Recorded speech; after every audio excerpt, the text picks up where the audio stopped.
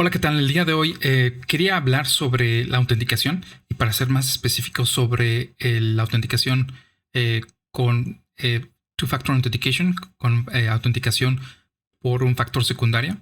Y para ser más específicos con el OTP o los TOTPs, que son los códigos. Aquí tengo un screenshot de cómo se ve el Microsoft Authenticator de Android.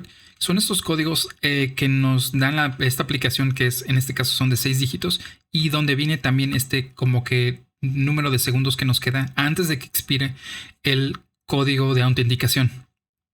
Y bueno, esto es algo que me llama mucho la atención. Hay otros métodos de autenticación secundaria y todo esto es porque obviamente ya no es suficiente como método de autenticación el usuario y contraseña. Eso ya todo el mundo lo puede. Obviamente, como somos humanos y somos muy descuidados, normalmente, incluso yo a veces usamos la misma usuario y contraseña en múltiples sistemas. Entonces, para evitar, digamos que filtraciones de tu usuario y contraseña, se requiere un factor de autenticación secundario. ¿Y qué es esto? Pues bueno, que la persona cuando el sistema está detectando una autenticación de este usuario, le va a mandar, digamos que este sería un challenge, donde un reto para verificar si esta persona es la que está o no pidiendo ser autenticada con ese servidor. Entonces, por ejemplo, ¿no? Si yo me quisiera conectar a Figma y ya puse mi usuario y contraseña, me está pidiendo después el OTP, el código. Tengo que usar mi celular, abrir la aplicación y en algunos casos incluso activar la aplicación por biométricos y poner el código que se muestra en la aplicación para poder acceder a ese servicio. Entonces, súper importante. Obviamente hay otros métodos ya un poco más modernos, los que está utilizando Microsoft, que se llama ya con Trusted Devices. Están los FIDO keys. Tenemos obviamente los clásicos de biométricos, como son los por medio de huellas dactilares, o que sea con la cara, como con lo que hace Apple. Pero bueno, este es un poco más universal, más global, porque no necesitas, no está, digamos que muy amarrado a una marca, sino que esto se dan cuenta que está en Android, también está para iOS. Y bueno, yo me decidí hacerlo para Node.js. Y bueno, todo esto es basado en un estándar. Obviamente, la ventaja de ser un estándar es que muchas empresas lo pueden utilizar para el lado del servidor para poder autenticar a sus usuarios y así utilizar la misma aplicación para generar esos códigos. Y bueno, entonces, repito, es universal. No vamos a leer la documentación. Está muy interesante, se la recomiendo. Aquí se dice la última versión 2011. Lo importante de aquí es quizás solamente dar una pequeña leída del cómo funciona, que ahorita lo vamos a explicar. Funciona obviamente con el tiempo, por eso se llama TOTP, que se llama Time Based One Time Password, algorithm. Entonces una contraseña, o en este caso un código, que solamente se puede utilizar una vez y que expira en X cantidad de tiempo. Eso es lo que me llama a mí la atención bastante aquí. En esta definición, o digamos que esta documentación, en la parte de abajo viene un ejemplo de código en Java. Sí lo utilicé un poco como referencia, pero yo utilicé alguien más que había hecho uno, ya estaba un poco outdated de JavaScript. Yo lo estoy pasando a Node.js nativo y es lo que vamos a ver en unos momentos. Y bueno, entonces normalmente todo esto inicia cuando del lado del servidor están pidiendo el registro, el enrollment de un dispositivo, entonces de un celular. Y se dan cuenta, en muchos de esos viene un código, me refiero a unos caracteres alfanuméricos, que es base 32, o un código QR que lo tenemos que escanear con nuestro celular. Entonces, si es el código QR, dentro del código QR viene codificado el URL del sign-in de esa aplicación, y también viene lo que sería el tipo del hash o el algoritmo con el que se va a estar haciendo el hash, el tiempo de expiración, los 30 segundos, que es normalmente el default, el número de dígitos que se van a utilizar para el challenge, que normalmente el default son 6. Entonces, algoritmo son 1, 2, 3. Y creo que también falta uno. Quizás me haga falta uno, pero ahorita se lo recuerdo, ¿no? Déjame solamente recordar. Vamos a ver el código, ¿no? Para hacer más... para acordarme. Dígitos, algoritmo, encoding, periodo y el timestamp. Pero bueno, entonces número de dígitos, el algoritmo del OTP, el encoding, que es normalmente base 32, puede ser caracteres ASCII, pero eso no es común. Entonces digamos que el estándar es base 32, que son de letras del abecedario. Ahorita lo vamos a ver. Y algunos dígitos. El periódico es el tiempo de expiración. Y el timestamp, bueno, esto normalmente es... si es algo custom, pero normalmente se está utilizando el timestamp actual del reloj. Entonces, a qué horas, cuántos milisegundos han pasado después de... o el epoch time, que sería el número de milisegundos después de 1970, ¿no? Entonces, este es, digamos que es el estándar. Y ahorita lo vamos a ver en detalle. Dentro del repositorio hay un diagrama que vamos a utilizar ahorita rápidamente para explicar cómo funciona. Es este.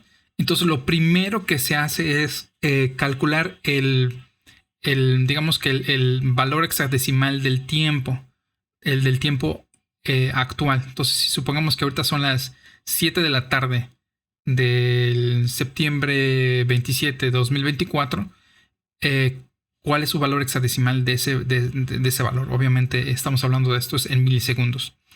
Y todo esto también funciona con el segundos. Aquí hay una falta. Seconds dividido por tiempo. Entonces, el número de segundos se divide por en este caso, el default serían 30 segundos. Y después ese valor se convierte a hexadecimal. Después, el segundo paso es generar la llave criptográfica, el hash de la llave criptográfica. Y para eso, entonces vamos a generar un HMAC, que para eso entonces pasamos como parámetros de entrada, que sería la llave y el algoritmo. Entonces, el algoritmo que es por default es el SHA-1. Puede ser el 256 o el 500. Pero bueno, entonces el default, aquí va a estar la definición. El default es el SHA-1, que es el más débil, ¿no? En cuanto a resistencia, bueno, en cuanto a complejidad criptográfica. Entonces, obviamente todos los otros también son compatibles con el estándar. ¿Qué más? Entonces aquí nos vamos a... Entonces el buffer de ese hash se pasa con el tiempo. Entonces, en pocas palabras, estamos generando un hash con el número de los segundos que se convirtieron a hexadecimal. Entonces, el valor hexadecimal de los segundos se pasa a generamos el hash, que es el hash que solamente no estamos encriptándolo, sino estamos generando una llave. Después ya calculamos el OTP, que se calcula con el resultado, con el valor del hash. Primero calculamos lo que se llama el offset, que son los últimos 4 bytes o bits de la firma, o sea, del output de este paso, multiplicado por 2.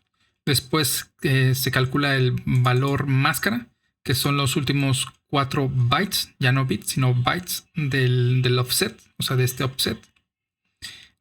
Y luego después hacemos una operación del bitwise AND, que es normalmente para simplemente hacer el flip del bit 1, 2, 3, 4, 5, 6, 7, 8. Bueno, del octavo, ¿no? Sí, de esta posición.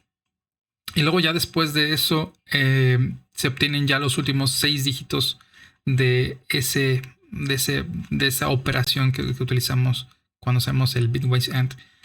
Y listo, lo último es que se calcula la expiración, o sea, cuántos segundos le queda para expirar ese código que acabamos de generar, y ya sería el final. Y bueno, entonces vamos a verlo en código. De hecho, aquí está el ejemplo, aquí dentro del código. Entonces podemos ver que como ejemplo estamos utilizando la llave. Entonces esta llave es base 32 y repito, normalmente viene dentro del código QR o en algunos casos si no tenemos acceso a la cámara, viene ese valor en la parte de abajo. Como método secundario para hacer el registro del dispositivo celular. Después, pues bueno, ya tenemos este método que es generar. Pasamos la llave y cuántos dígitos queremos obtener como resultado. Entonces, pues vamos a verlo. Vamos a ver, entonces ya hablamos de los otros parámetros que podemos pasar. ¿Y cuál es el output? El resultado de este método es de que nos va a dar el OTP, el código que vamos a utilizar, los 6 dígitos, el tiempo que va a expirar en número de digamos, en el epoch time, digo el valor, el número de milisegundos en cuando va a expirar y el número de segundos que nos quedan para que expire ese código. Entonces eso es el output. Y ahorita lo vamos a ver cómo se ve. Entonces vamos a verlo generar. Y vamos a ver que aquí lo primero que es son las opciones, o sea, los valores por default. Eso no lo vamos a ver. Lo que les habíamos hablado es que sacamos el valor hexadecimal del tiempo actual. Y y bueno, vamos a ver esa función. Nada especial, de hecho, nada. Si se dan cuenta, es estamos redondeándolo, estamos sacando los del epoch time, de los números de los milisegundos después de 1970, lo estamos convirtiendo a segundos y lo redondeamos. Después hacemos se divide los segundos entre el periodo, que serían 30 segundos, y luego ya esto lo redondeamos y lo convertimos con esta función de decimal a hexadecimal. Y si hacemos un padding o le metemos números ceros, si es que el resultado de esta transformación es menor a 16 caracteres de largo. Entonces vamos a ver este método de decimal a hexadecimal. De por sí aquí está la documentación de cómo funciona esto y cuál es el valor, el valor de entrada y el valor de salida. Entonces este es el valor de salida. Repito, son 16 caracteres. Con este padding que tenemos de ceros, ¿no?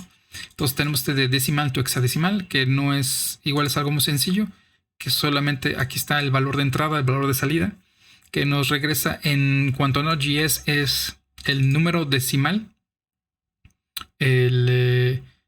Está este método de Node.js que se llama toString16, que es a hexadecimal. Entonces aquí lo convierte a hexadecimal. Y ya si es menor a un carácter, le hace el padding con un 0 a la izquierda. Entonces, la verdad, muy sencillo este método. Entonces, esto ya pasamos el calculate time. Nos seguimos al que sigue. Entonces, ya tenemos el tiempo de segundos dividido entre 30 en hexadecimal en esta constante de timex. Después vamos a generar lo que sería ya el buffer de la llave, que es, si es base 32, bueno, ya lo sabemos, el base 32 to buffer, que es el que es normalmente por default, que es la entrada que sería la llave. Esta es la llave que nos está pasando el código QR o el servidor que queremos registrar. Vamos a verlo. Entonces este es el valor base 32 como entrada. Aquí lo vamos a ver. Entrada base 32. Y salida nos está regresando un buffer de array. Buffer array de hexadecimal. Entonces aquí, ¿cómo funciona esta parte? Aquí está. Solamente también validamos que los caracteres del base 32 sean exactamente caracteres del base 32. Por aquí, base 32. Son estos. Y vamos a ver aquí. Entonces ya esto solamente regresamos un error si son caracteres inválidos. Y después hacemos ya lo dividimos. Bueno, separamos esos, cada uno del, por ejemplo, lo dividimos en cada uno de esos caracteres. En este caso J, B, S, W. Y lo que hacemos es que lo convertimos de base 32 a su valor binario. Que aquí lo que hice es está utilizando, digamos que una tabla de mapeo para ver de esos 32 valores de base 32, cuál es su valor en binario en string. Entonces, ejemplo, la letra O, su valor binario es 0, 1, 1, 1, 0. ¿De acuerdo? Entonces, así es que tenemos una tabla para hacerlo mucho más rápido y más eficiente.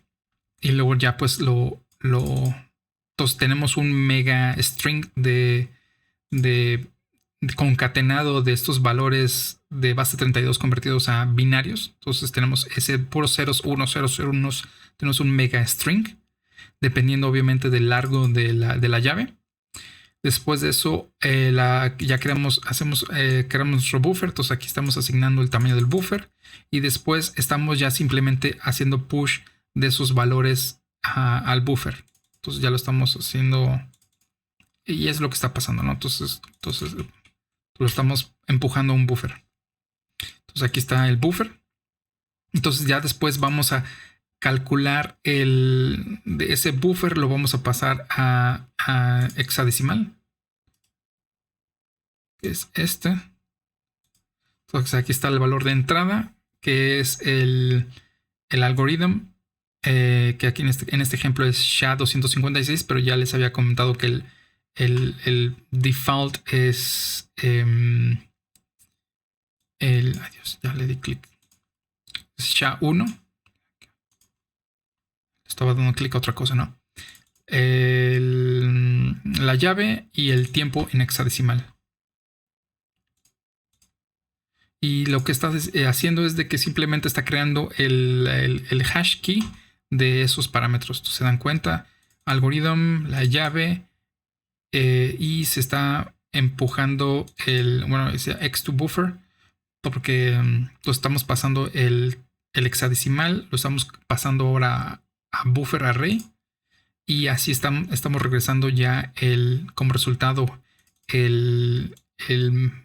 digamos el HMAC o el SHA, la llave SHA de este proceso.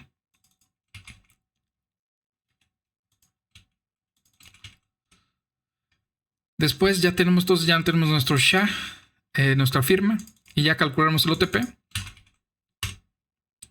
que es nada más y nada menos que esto, que es, ya tenemos el SHA, número de dígitos, y este es el output, que sería el valor del OTP. Entonces aquí ya es lo que habíamos hablado, que se calcula el offset.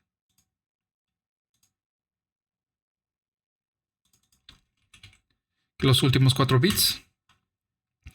El valor máscara, que ya habíamos hablado que son los últimos. Ya se me olvidó los últimos. ¿Cuáles eran? Los últimos 4 bytes del offset. Y aquí están ejemplos. Y de hecho aquí pongo 2 ejemplos de cómo se calcula ese valor máscara. Y se regresa ese valor de hexadecimal. Lo convertimos ahora a decimales, porque obviamente necesitamos. Los OTPs son con valores numéricos para hacerlo más amistoso al usuario, user friendly. Y por último, entonces aquí ya tenemos los números. Digamos el resultado de la conversión de hexadecimal a números ya decimales.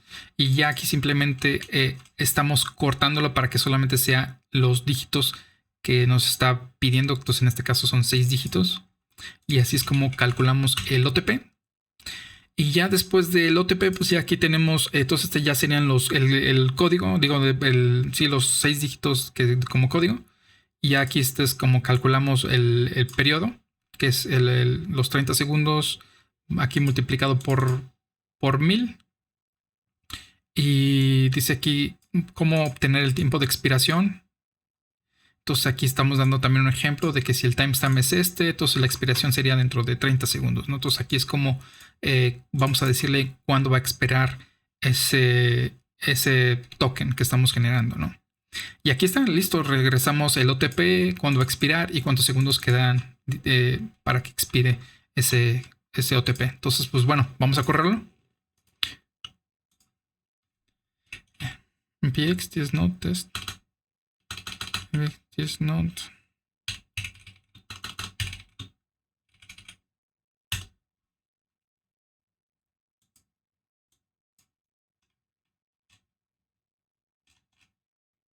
Me equivoqué. Es ejemplo, ¿no? Example.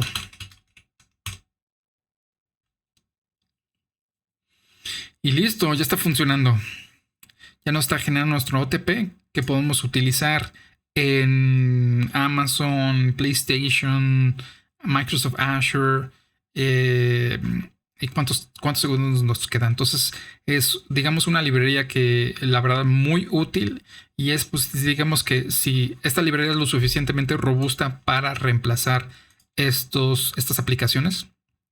Auth, que es de mis favoritas, y también la de Microsoft Authenticator, también de mis favoritos. Entonces funciona de maravilla. Sería simplemente pues quizás ver si hay algún tipo de bugs, pero que se dan cuenta funciona muy bien. Después de vamos a ver si hace un zoom. Después de que expire 1, 0 y ya cambia al nuevo OTP, y así 30 segundos. Entonces, repito, todo es en base a los parámetros que estemos pasando y a la llave. Y esto sería todo. Muchísimas gracias. Que tengan un excelente día. Hasta luego. Bye.